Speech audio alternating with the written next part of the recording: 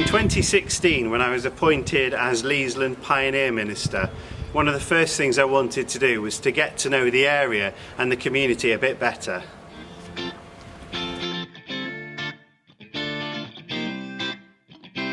Leesland is a densely populated area of about 11,000 people to the west of Gosport town centre. There are no cafes, there's a couple of pubs and a couple of shops.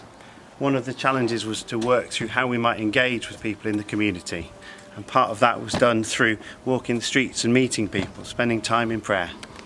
A key part of pioneering is giving attention to your context, and here in Leesland infants and junior schools are a key part of the community.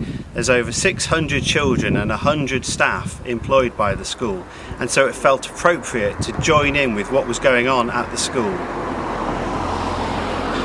Morning. Good morning. Thank you. I wanted to make opportunities to listen to the children, and so part of that was spending time on school trips and attending the yearly Year 6 residential.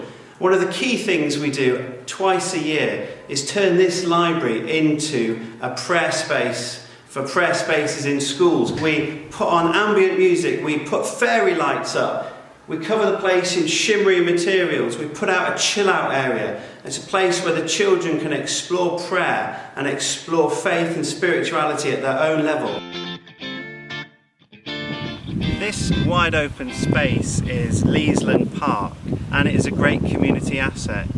Every September there's a festival day here called Park Fest, and since I've arrived every year I've been part of Park Fest, hosting different stalls, creating ways to engage with the community.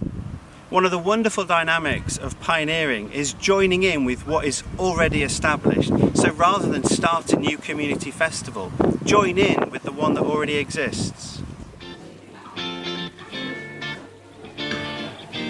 3 years ago, I met a woman called Chloe in Gosport town centre. She had a small stall where she was selling food that was past its best before date. The food was being sold as a pay what you feel price.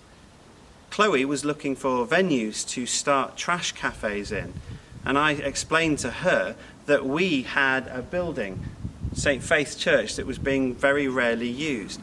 Chloe had the food and the volunteers, we had the space, and so together we started the trash cafe at St. Faith's. St. Faith's is hidden away down 2 side streets in Leesland.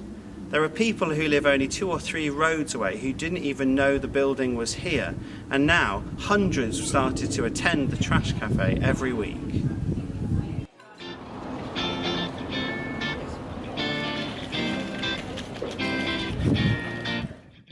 So early on in my time in Leesland, I had conversations with lots of people who were interested in Jesus, but for whatever reason they weren't interested in church.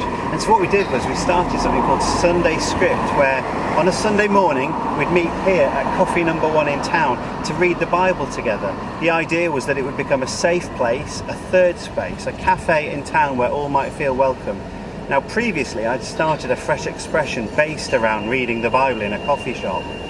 And a few people did come to Sunday Script, but for whatever reason, people didn't really connect. So after a time, we stopped. But failure is okay. It just wasn't right for this time and this place.